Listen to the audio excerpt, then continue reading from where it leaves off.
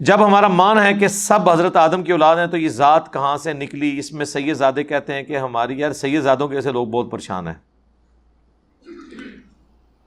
دیکھیں یقیناً ذات پات کی بنیاد کے اوپر تمیز نہیں کرنی چاہیے، سوائے ایک چھوٹا سا اس کا پورشن ہے کہ اللہ جسے چن لے. اب ذات پات کو تو چھوڑ دیں، ذات پات کی تو تفریق کوئی کہہ سکتا ہے کہ انسانوں کی بنائی ہوئی ہے. مرد و عورت کی تفریق کیا انسانوں نے بنائی ہے؟ یہ تو اللہ نے بنایا نا. مرد کو کئی کوالٹیز ایسی دی ہیں جو عورتوں کو نہیں دی، عورتوں کو کئی کوالٹیز دی ہیں جو مردوں کو نہیں دی ہیں. یعنی دنیا کے سارے مرد مر جائیں نا تو انسانیت ختم نہیں ہوگی، لیکن دنیا کی ساری عورتیں مر جائیں تو انسانیت ختم ہو جائے گی. دنیا کے سارے مرد ایک لمحے میں مر جائیں پھر بھی لاکھوں عورتیں ایسی ہوں گی جو پریگننٹ ہوں گی اور ان سے پھر آگے نسل انسانی چل پڑے گی. لیکن اگر دنیا کی ہر عورت مر جائے تو جتنے انسان ہیں بس وہ جتنا عرصہ وہ زندہ رہیں گے وہ رہیں گے، اس کے بعد تو آگے نسل انسانی چل نہیں سکتی. تو اب مرد بیٹھ کے اس چیز کا رونا شروع کر دیں کہ یہ ذات پات کی تفریق کہاں سے آ گئی؟ اللہ نے کی ہے. اللہ کہتا ہے کہ میرے نزدیک جو تقوی کا معیار، جو عزت کا معیار ہے وہ تقوی. ان اکرمکم عند اللہ اتقاکم، یہ سورۃ الحجرات کی آیات ہے نا. اللہ تعالیٰ فرماتا ہے کہ ہم نے تمہیں آدم علیہ السلام، تم سب آدم علیہ السلام کی اولاد ہو، آدم سے پیدا کیا اور اس کے بعد تمہیں گروہوں میں قبیلوں میں بانٹ دیا تاکہ تمہاری پہچان ہو. تم میں سب سے عزت والا اللہ کے نزدیک وہ ہے جو تقوی والا ہے، پرہیزگاری والا ہے. یار تھوڑا تھوڑا آگے ہو جائے نا. آپ یہ کام بھی اب مجھے ہی کرنا پڑے گا. آگے ہو، بہت جگہ ہے میرے بھائی، بہت جگہ ہے. آگے ہوں، آگے ہو کے بیٹھیں گے تو آپ کو اے سی کی ٹھنڈ کم لگے گی. انہوں نے اے سی بھی اتنے لاتے ہیں نا.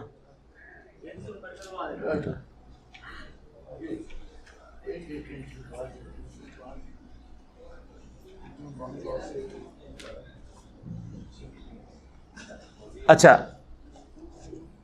تو یہ جو ذات پات کی اس حوالے سے تو تفریق اللہ نے کی ہے کہ تمہیں قبیلوں میں بانٹا ہے، یہ اللہ نہیں بانٹا ہے. بل اس کی بنیاد کے اوپر ایک دوسرے کو ذلیل کرنا وہ غلط ہے. بنی اسرائیل کو قرآن میں 2 دفعہ آیا انی فضلتکم علی العالمین، اے اولاد یعقوب ہم نے تمہیں سارے جہان والوں پر فضیلت دی تھی.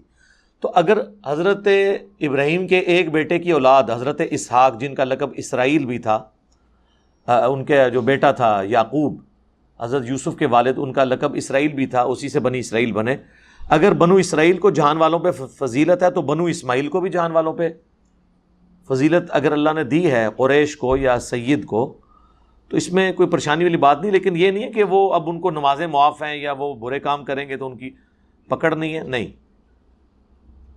پھر ان کو یہ بھی بتانا چاہیے، یہ قرآن میں سورہ الاحزاب میں آئے کہ نبی کی بیویوں تم عام عورتوں کی طرح نہیں ہو، اگر تم نے بے حیائی کی تو تمہیں بھی دوگنا عذاب دیا جائے گا تمہیں عام عورتوں سے، کیونکہ تمہارا مرتبہ زیادہ ہے نا.